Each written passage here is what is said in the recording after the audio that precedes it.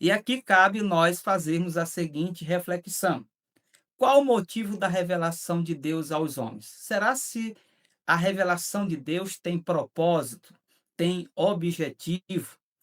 Quando nós nos comunicamos com alguém, nós temos algum objetivo em mente? Claro que sim. Nós não nos comunicamos à toa. Nós, ao nos comunicarmos, nós temos um objetivo e queremos alcançar esse objetivo. Queremos ser entendidos. Amém? Então, Deus, ele tem esse propósito de se comunicar com os homens e de ser compreendido sobre aquilo que ele tem revelado na sua palavra. E eu pergunto para você, meu irmão, minha irmã, você tem compreendido a comunicação de Deus através da sua palavra? Você, ao olhar o céu, você observa, você entende a comunicação de Deus? No livro dos Salmos, diz que os céus proclamam a glória de Deus e o firmamento anuncia a obra das suas mãos. Então, é algo magnífico, de fato, quando você olha para o céu, a noite estrelado, aquele monte de estrela e aquela coisa grandiosa, magnífica que está diante de nós. Claro que essas coisas não se fizeram, né, por si só e nem apareceu do acaso. Nós temos um Deus criador dos céus e da terra. E esse Deus criador dos céus e da terra, ele quer se comunicar conosco. Contudo, todavia, porém, quando lemos o relato bíblico, vamos ver que o homem, ele pecou contra Deus e esse pecado trouxe sérias consequências. E uma dessas consequências é que a comunicação entre o homem e Deus ele foi afetado.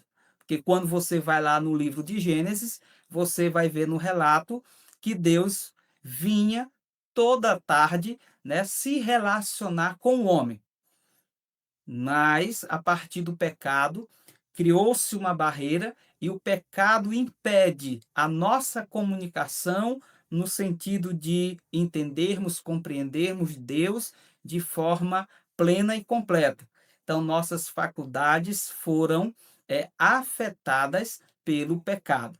E justamente a Bíblia diz que o salário do pecado é a morte, mas o dom gratuito de Deus é a vida eterna em Cristo Jesus.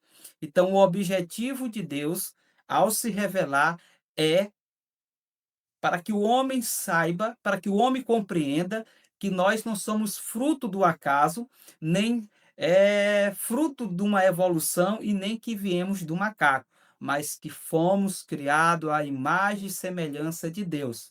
Mas devido à entrada do pecado no mundo, nós perdemos essa imagem e essa semelhança. E muitas das vezes, ao nos olhar, nós não nos percebemos a nossa origem. E a nossa origem é de Deus, não é de uma evolução, e nós não viemos do macaco.